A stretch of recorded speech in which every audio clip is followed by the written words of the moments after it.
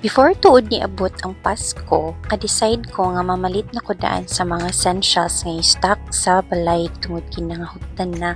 And before magpanik bayang everyone tungod sa Pasko. So kay priority gid na mo ang sabon sa balay. Ito ayon na Kochik and bisan unsa nga mga toiletries and my favorite and all. Dayon since nagsabot mi sa akong team bahay nga mga friendship nga mag Christmas party kintahay mi. Dayon na aming mga exchange gifts. So ako na lang pong giapil ang pagpamalit at pamili sa amo ang pang-exchange gifts. And of course, kidaghan kay miglabhon tungod sa akong paglaag-laag. So, note dan magsabon, hala, mamalit og sabon kay manlabat ta bash before magpasko. And kinaot na pud og mga tissue pang punit sa mga itat sa akong mga tiyanak. Gipunit po ni nako akong favorite nga tissue ang Sanicare. So, dili siya sponsored ha.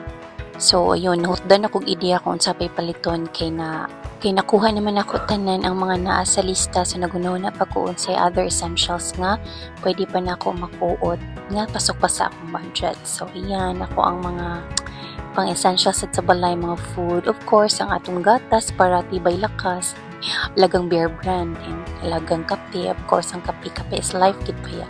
Then, mangita taog palaman, of course, kay mahilipit og pan. And, talsikan pa na ito gamay sa corned beef, uy.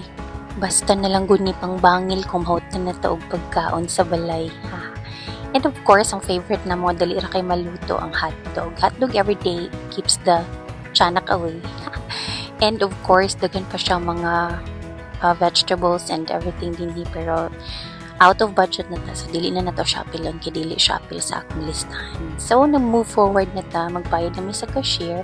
And then, one by one ang ato ang mga items. And hopefully, dili na siya mag-exceed sa ako ang kwarta nga dala kay oh my gosh. Pa na ta sa atong afam na sponsor, ani. Normally, ako ginang ginaisa-isa, no? And ginauna ginako ang pinaka gamit kayo para dili out of budget. So, ingani na isa ra ka box pero worth 2,600 ni siya guys.